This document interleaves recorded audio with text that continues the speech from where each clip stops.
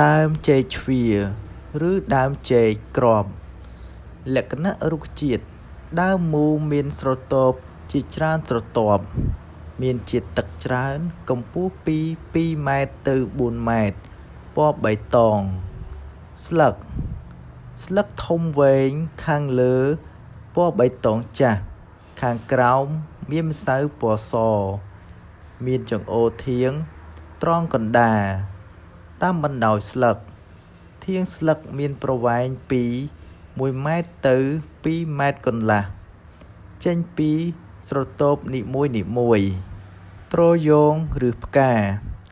ចេញពីចុងឬកំពូលនៃដើមពណ៌ផ្កាឈូកចាស់រាងមូលទ្រវែងស្រួចចុងមានច្រើនស្រទាប់ផ្លែជាស្និតរិចលូតលាស់បន្តបន្ទាប់ចេញពីត្រយោងអាចមានរហូតដល់ទៅ5ទៅ6ស្និតមានគ្រាប់ច្រើនកន្លែងដាំដុះគេច្រើនដាំតាមគ្រួសារសម្រាប់ធ្វើបន្លែ